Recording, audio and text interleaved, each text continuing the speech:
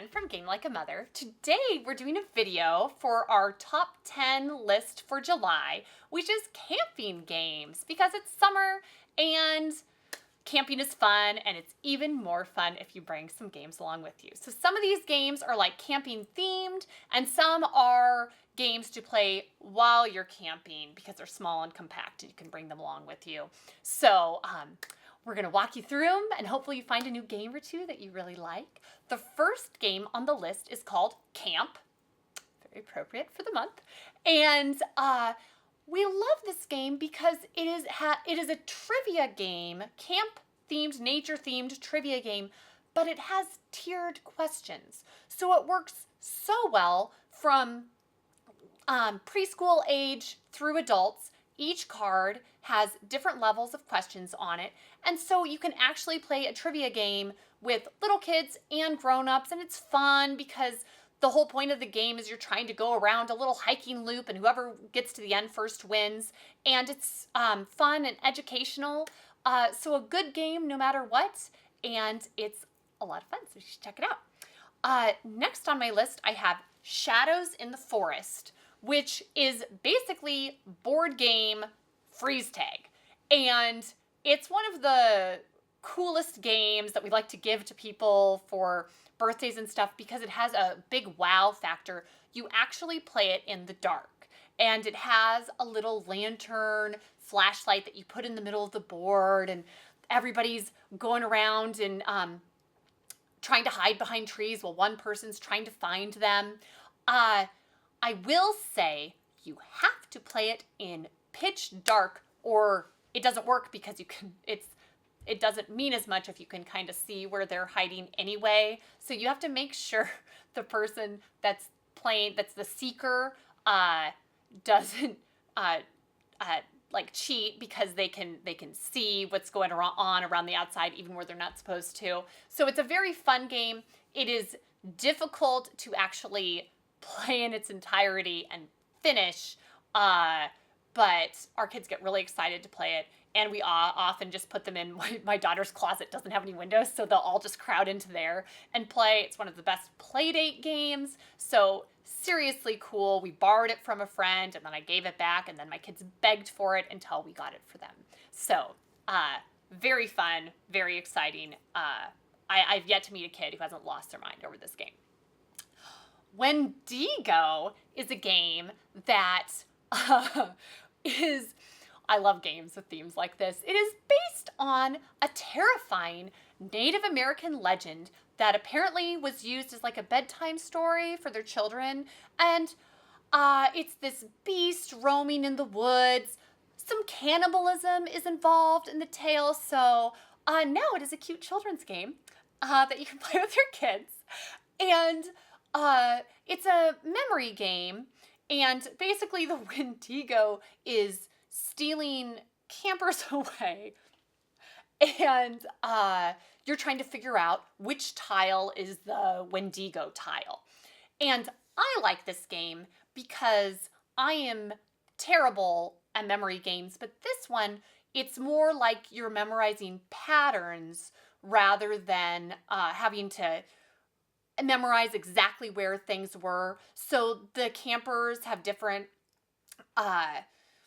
traits like scarves or hats or facial expressions, and I usually just count, okay, there's 10 scarf guys over here, and there's 5 over in this corner, and so if any of those get moved, I know that one of those has got to be the Wendigo. And my kids get really excited about playing with us. It takes up a lot of space, so I don't know about actually taking it on a camping trip with you, but in order to get excited about going camping, I would recommend. And kids love things that are slightly spooky, and I mean, clowns, things like that. Kids love them. So they also love the Wendigo. It's very fun. Next on my list, I have Blossoms, which is a flower-themed game, and it is just amazing the difference a good theme makes for a game. And I love Blossoms because it's my mother-in-law got to explain to my daughter when we played it what all the different kinds of flowers were, so she was very excited about playing it.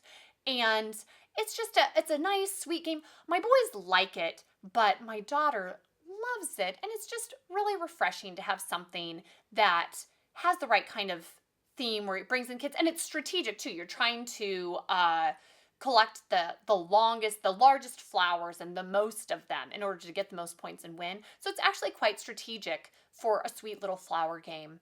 And it's just 2 players. I don't know if you could bring it along with you camping. You need to have a nice table, indoor space for it, but we've been playing it a lot. It's a good nature-themed game.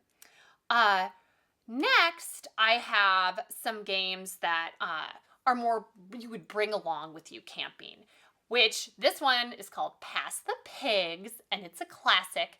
And if you ever were like, rolling dice is fun, but you know what would be more fun? Rolling pig dice. And having their different ways that they end up count as different points, then this is your game. It's super compact, the original, and it's just really funny to bring along. You can play with as many or as few people as you like, and you're just rolling pig dice and trying to be first to 100 points. And if you've never yelled with joy because you got a leaning jowler, you've missed out on a very fun experience. So it's cheap, cute, portable, very durable, spot-on camping game. Spot It has many different versions of their game because it's so excellent for many kids, young to older, like early elementary. But Spotted Animals is one of our favorites that we have. And it's great because it's very portable. And they've got a bunch of different variations of games you can play in there. But it's very small, and it's like a little speed game where you just match is the basics of it. And you can take it anywhere. It's cute. It's easy. It's great for passing some time while you're having to wait for something, which happens a lot when you're camping. We love it. We got it, our first copy of it, when the kids were really little. And it's one of those ones that keeps on getting taken out for when we have new babies, and even the older kids will get excited about pulling it out every once in a while, which is really great. Game with staying power. So when I think of camping, whenever I went to camp, we played a bunch of speed games. So because they're usually you just bring a deck of cards along and play speed games, and usually I'm very hesitant about buying specialty decks because I'm like, well, you could just do that with a deck of cards. But they've come out with some really fun variations on speed games with fun themes. They're just exciting, fun. They're compact. So I keep on getting new speed games because they're so fun.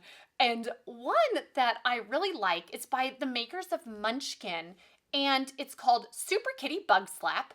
So kitties, good theme, and bug slap, it's camping.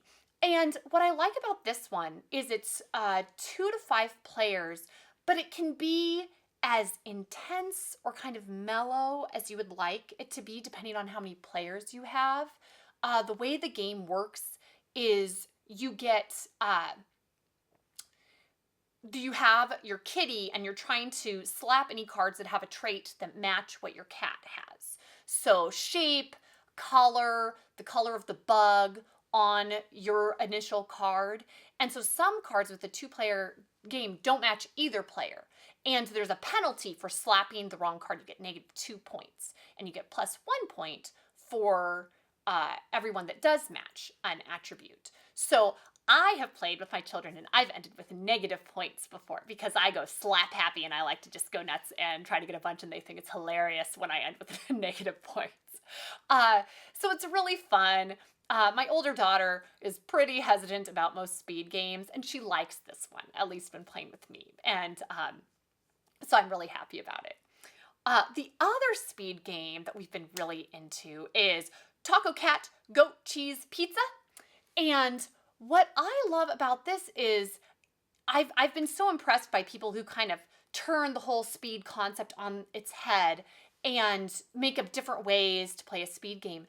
And this one, it works well with larger groups. So I would play at least with like 5 to 8 people, ideally. It's just more fun. You can play with fewer people and it's okay, but it's much more exciting with more people because the way this works is you have to say, you just take turns saying the name of the game as you go around and play. You play a card out and you say taco, and the next person plays a card out and they say cat. Next person, goat, cheese, pizza. And if the card you play matches the word you say, then everyone tries to slap. And this also, it's more inclusive because it's not just the fastest person that matters.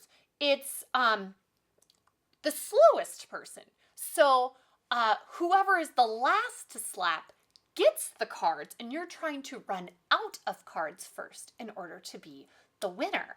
And they also have some specialty cards, Narwhal, Gorilla, and Groundhog, where you get to do cool things where you have to make a Narwhal horn or slap your chest for Gorilla or slap the ground for Groundhog before you slap. So it's just kind of hilarious. You can't take it too seriously, although we always take our games pretty seriously around here.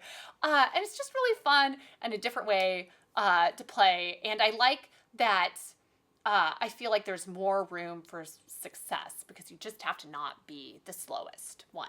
Kind of like the old joke about you don't have to be faster than the bear. You just have to be faster than your friend. Another good camping joke. The next game is called One Night Ultimate Werewolf. And another game I would play when I was in high school and we were out at camp or out for something in the evening is you'd play Assassins, where somebody, or Murder, where someone would wink at somebody else and then they would have to pretend to have been killed, and then you'd have to guess who the assassin was in your midst. Well, this is that, but like up a few levels and with a werewolf, and then they have other roles that people can be, and roles switch in the night, and you're trying to figure out who the werewolf is. So it's perfect, I would say, for like a group of high schoolers or college-age children who are children. I'm in my 30s, so if you're in college, that sounds very young to me now. So that's like, I would say, the ideal group to play with. We played it with a bunch of adults, and it was fun, but you kind of have to weave a story, and none of us were very good at doing that. It felt like lying. We're like, well, so we struggled a little more. We enjoyed it. I can see the group that it would be perfect for. For us, we preferred the next game on the list, which is Werewords. It is the same concept as One Night Ultimate Werewolf. There's a werewolf in your midst, but it's a word guessing game, and the werewolf's job is to guide you away from guessing the correct word, and the rest of the group is trying to guess the right word, and if they do, they win, and if they don't, they have to figure out who the werewolf is, and if they do, they're like, Bob, you said some really incredibly dumb questions trying to guess what the thing was. We think you were steering us astray. You must have been the werewolf. And so you can still win if you correctly determine who the werewolf was in your midst. So it was nice because it gave us an actual goal. And I like word games. And it works well for a pretty reasonable sized group too. And it's pretty hilarious. So that is our list. I hope you're out camping because you can bring some games along, eat some s'mores, and have a good time. So thanks, and see you next time from Game Like a Mother.